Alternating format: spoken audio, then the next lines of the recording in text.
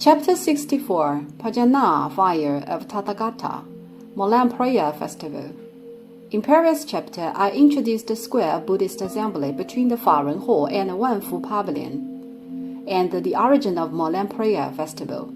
In this chapter, I would like to elaborate the Buddhist assembly of Vajrabhairava. Firstly, Vajrabhairava mandala needs to be made for Buddhist assembly of Vajrabhairava. And we've seen and introduced the mandala before, which lies exactly in the west of the Faren Hall, right in front of the bookshelves of Khandra. Upon the Vajrabhairava mandala is prepared, all the lamas need to gather in the Faren Hall one day before the day of Buddhist assembly and chant the Vajrabhairava Tandra, 大威德金刚经. On the first day of Buddhist assembly of Vajrabhairava Tandra on gold Pakistan urn, 大威德金刚奔巴经, is chanted at dawn. Vajrabhairava Tandra, 大威德金刚经 in the morning. Vajrabhairava Mahabhaishaka Mantra, 大威德金刚灌顶经 in the afternoon. And in the following 2 days, Inauguration Sutra 开光经 will be chanted additionally. The full name of Buddhist Assembly of Vajrabhairava is the Buddhist Assembly of Vajrabhairava to end calamities with Homa. Well, here is a professional term. What does to end calamities with Homa mean? It is a ritual ceremony to end calamities with the form of Homa. This may be still not understandable. To end calamities is easy to understand. What is the form of Homa? Well, the form of Homa is a ritual of burning offerings which is called 烧尸 in Chinese. 烧 means to burn, 尸 means offerings, and it is not the 尸 from the word 尸体 means corpse.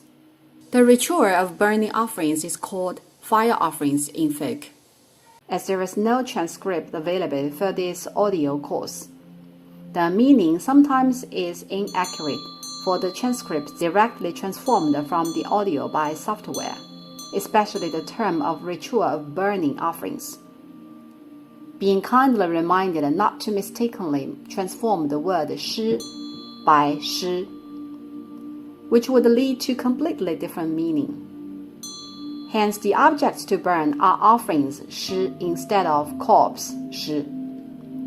The ritual of fire offerings is to throw stuffs as offerings like herbs, flowers, fruits, grains, so on and so forth into the mandala fire after they are activated by sutra chanting.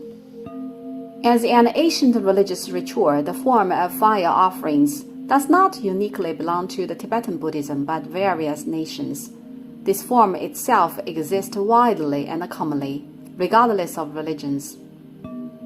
Don't take it for granted that the form of fire offering is characterized in Tibetan Buddhism only, though we may usually see the ritual in Tibetan Buddhism. Indeed, it wasn't and isn't. As a matter of fact, it exists in every religion or nation.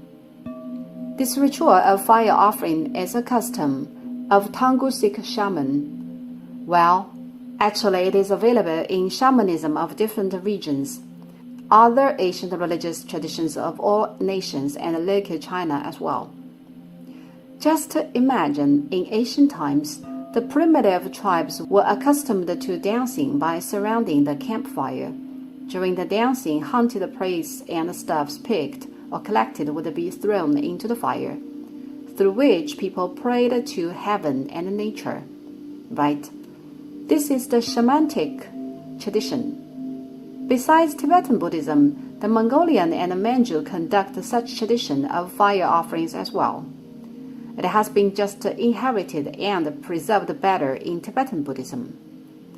The ritual of fire offerings of Tibetan Buddhism has its own local religious origin on one hand, and has been influenced by the one of ancient India on the other. In Tibet, this ritual ceremony is called Wei Sang, literally sacrifice with smoke. With respect to the offering of ancient India, there is Agni, god of fire. They pray to Agni by burning and exorcising evil spirits. Thus, fire offerings of Tibetan resulted in a distinctive and important ritual by combing these two, and it has gradually developed into formal liturgies and involved in mandala meditation. The ritual of fire offerings is preceded by casting in order flowers, fruits, herbs, grains to the fires to burn, but there is a stipulation on what herbs to cast and in what order. The Buddhist Assembly of Vajrabhairava has certain fire offerings which include twigs, ghee, sesame, white mustard, rice, cheese, auspicious grass, white mustard seed, barley, highland barley, peas, wheat. Well, these are total 12 offerings. And the very last, also the 13th offering, is the dairy product, which is a big steamed bread made by the mixture of milk, yogurt, rice, white flour, and sandalwood, etc. I personally would like to call this steamed bread as auspicious steamed bread. And all the offerings would be cast into the fire in order, and the auspicious steamed bread has to be the last one. Each offering burnt has its own meaning. For instance, burning ghee, sesame, and white mustard has different meanings, but it is quite complicated and we will not go further here. The point I would like to pin is that the order of casting the 13 kinds of fire offerings, like what to cast first and what to cast lastly, has its specific and symbolic implications. As said, Tibetan Buddhism is quite marvelous in artistic demonstration of symbolism. You cannot arbitrarily throw or burn whatever you want to, like money, for example. Buddhist Assembly of Vajrabhairava to end calamities with Homa burdens two assignments.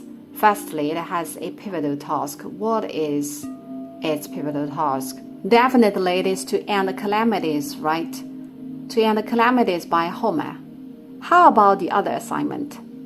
The other assignment is called Homa. The form of Homa, which is essentially fire offerings, is divided into two parts.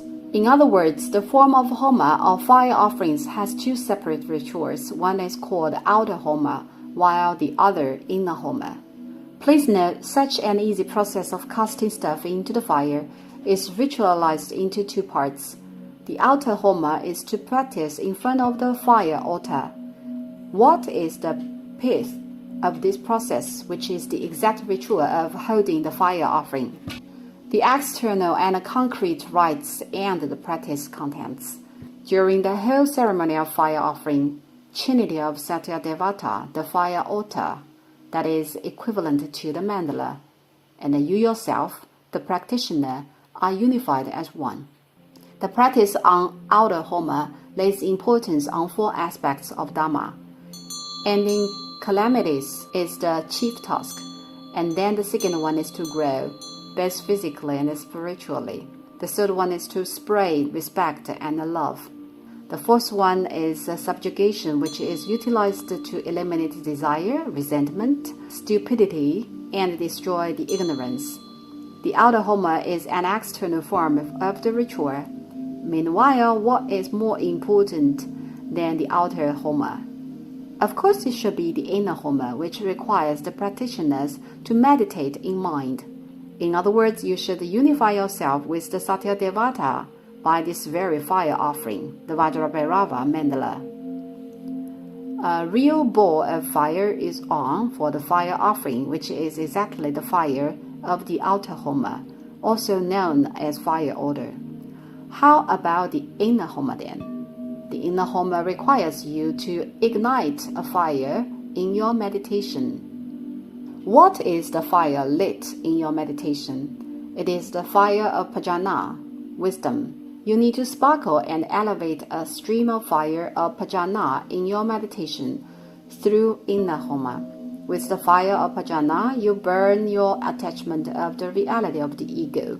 You burn all the adherence to the concept of self, and then eradicate the affliction caused by self. Right? To summarize, the outer Homa guarding is to burn the certain kinds of plants, including an auspicious steamed bread, while the inner Homa, which is the fire of Tathagata, is to burn out the distress and affliction of self, by which one is to gain wisdom and destroy ignorance. This is exactly the definition of the inner Homa. As said, the outer Homa has 4 aspects of Dhamma, and the inner ritual is to burn the ignorant holding to ego. This is the task of Homa. As mentioned previously, that there is a pivotal assignment for holding the Buddhist assembly of Vajrabhairava to end the calamities with Homa. What is the pivotal assignment? This kind of ritual is not held for certain persons specifically, but for the public, right? It is such a grand and a large-scale ceremony ritual, which is no less than a military parade. Hence, it is definitely sponsored and funded by the government instead of personal charity. Therefore, its pivotal task is to end the calamities for the whole nation. During the fire offering, different sutras need to be chanted according to different ritual slots, which should follow the stipulation rigorously. These sutras involves Almsgiving Sutra, 施供经, Homa Sutra, 护摩经, Vajrabhairava Sutra, 大威德金刚经, Tara Sutra, 度母经, and Auspiciousness Sutra, 吉祥经, etc. Chanting different sutras in different ritual time slots is for the sake of different purposes. Several special sutras like Kalunikaraja Prajana Paramita Sutra, 人王护国般若波罗蜜多经, 人王经 in short, literally the Prajana Sutra for protecting the country, are essential. Why? To pray for the peace and stability of the country. As said, the pivotal assignment of this grand ritual is to offer prayers of national safety and valium. And so is the auspicious sutra. Why? Since besides the stability of the country, the well-being of the people is to be prayed for as well. With benevolence, Buddhist assembly would take care of the demand from different classes of people of the country. That's all for the elaboration of the Buddhist assembly of Vajrabhairava to end the calamities with Homa held on the square of Molan prayer. We may move to the tallest building of the Yonghe Palace, Wanfu Pavilion, number 21 on layout.